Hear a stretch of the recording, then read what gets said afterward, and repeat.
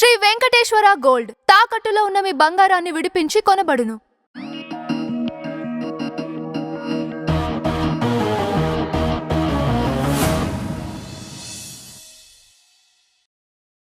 నమస్తే సార్. నమస్తే అండి. డిప్యూటీ సీఎం పవన్ కళ్యాణ్ గారు చిన్న కొడుకు వచ్చేసి సింగపూర్లో ఉంటుండ్రు. ఆ స్కూల్లో అగ్ని ప్రమాదం జరిగిందంట. ఆ పిల్లాడికి వచ్చేసి గాయాలు, కాళ్ళకు కొంచెం బాగా పొగ వెళ్ళి ఏదో ఇబ్బంది అయ్యింది అని చెప్పేసి వార్తలు వచ్చాయి. మరి ఇప్పుడు ఆయన అప్డేట్ ఏమన్నా వచ్చిందా? ఆయన ఎలా ఉన్నాడు? చాలా బాధాకరమైన విషయం అండి. నిన్న చూస్తే ఆయన కాన్వాయ్ అడ్డకారంగా పిల్లలు ఎగ్జామ్స్ రాయలేదని ఆయన మీద నిందేశారు ప్రొఫెషనల్గా. అయినా ఆయన అవన్నీ పట్టించుకోకుండా తెలిసిన తర్వాత మళ్ళీ వచ్చి నివేదిక కావాలన్నారు. విశాఖ ఎస్పీ వచ్చి నివేదిక ఇచ్చారు. అసలు ఆ సర్వీస్ రోడ్లు కానీ ఎక్కడ మేము బ్లాక్ చేయలేదు అని చెప్పి. తర్వాత నైట్ ఆయన పడుకునేసరికి పొద్దున్నే స్కూల్లో ఇట్లా జరిగింది ప్రమాదము. సింగపూర్లో అంటే మనకు నైట్ అయితే వాళ్ళకి మార్నింగ్ కదా బేసికల్లీ. కొంచెం కదా డిఫరెన్స్. సో స్కూల్లో ఒక అగ్ని ప్రమాదం జరిగింది. దాంట్లో పిల్లలందరూ చాలామంది చిక్కుకున్నారు. దాంట్లో మార్క్ శంకర్ పవనోవిచ్ కూడా ఉన్నారు. అంటే మన డిప్యూటీ సీఎం అన్నా లజనావాకి రెండో కుమారుడు, అంటే పవన్ కళ్యాణ్ గారి 4వ బిడ్డ. సో ఆ బాబు అక్కడ ఉండడము, ఆయనకు కూడా తీవ్రంగా చేతులకి కాళ్ళకి గాయాలు అవ్వడము, ఆ పొగ వెళ్ళిపోయి లంగ్స్ లో చేరిపోయి బ్రీతింగ్ కి కొంచెం ప్రాబ్లం అయ్యడం వల్ల గబగబా తీసుకుని వెళ్ళి హాస్పిటల్లో చేర్చారు.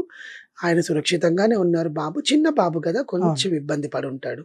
భయం కదా అంత మందిలో. దట్టు యూనో ఆ ఏజ్ లో అక్కడ ఉండడము, అంతమంది they have taken very care. అలానే ఆయనకి ఇబ్బంది ఏం కలిగేది కానీ భయం వేస్తుంది కదా చిన్న బాబు.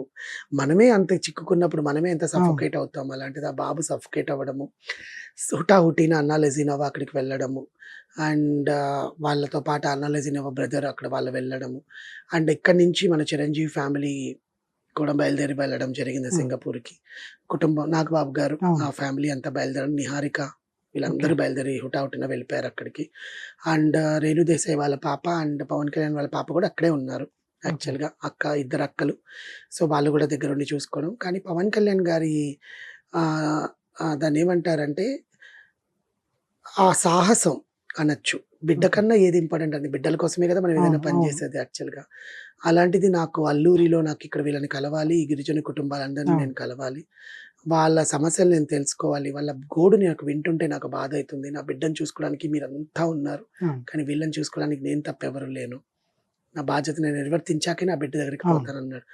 అసలు గుండెల్లోంచి ఏడుపు వచ్చేసింది ఆయన మాటలు అంటుంటే. ఎందుకంటే బిడ్డ తర్వాతే కదా. అది సినిమా ముందు డైలాగులు చెప్పాడా, స్క్రీన్ ముందు డైలాగులు చెప్పాడా పక్కన పెట్టండి, వెళ్ళలేదుగా అక్కడి నుంచి. మనసులో ఎంత బాధ ఉంటుంది కొడుకు ప్రమాదంలో ఉన్నాడంటే. అయినా అవ్వకపోయినా చిన్న పిల్లోడికి ఒక చిందబడి గీసుకున్నా కూడా బాధే కదా.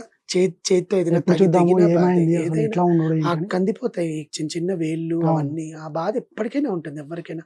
చిన్న బిడ్డ ఏందండి, ఎవరికైనా కన్న కొడుకు ఏదైనా దెబ్బ తగిలితే బాధ ఏదో. మన నాన్నలకు కానీ మన అమ్మలకు కానీ పడిపోతే అయ్యో బిడ్డ పడిపోయాడా, అయ్యో బిడ్డకి ఏమైనా అయిందా, సడన్ గా ఇట్లా తలుపు తగిలినా కూడా అమ్మో తగిలిందా అని బాధపడతారు. అలాంటిది ఆ బిడ్డకి అట్లా ఉండంటే ఎవరైనా బాధపడాల్సిందే కదా.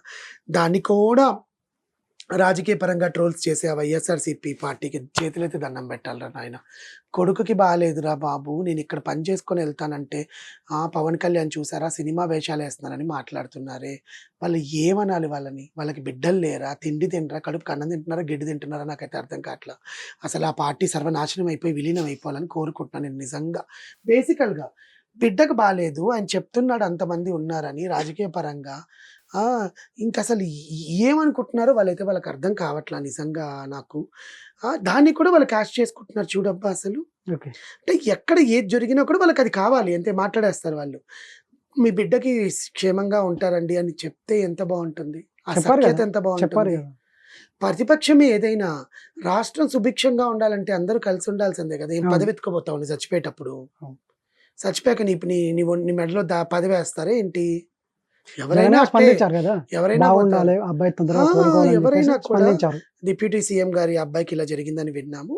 సో స్పందిస్తే సరిపోతుంది. అది తెలియకుండా ఇష్టం వచ్చినట్టు మాట్లాడితే ఎవరేం చేస్తారు చెప్పండి.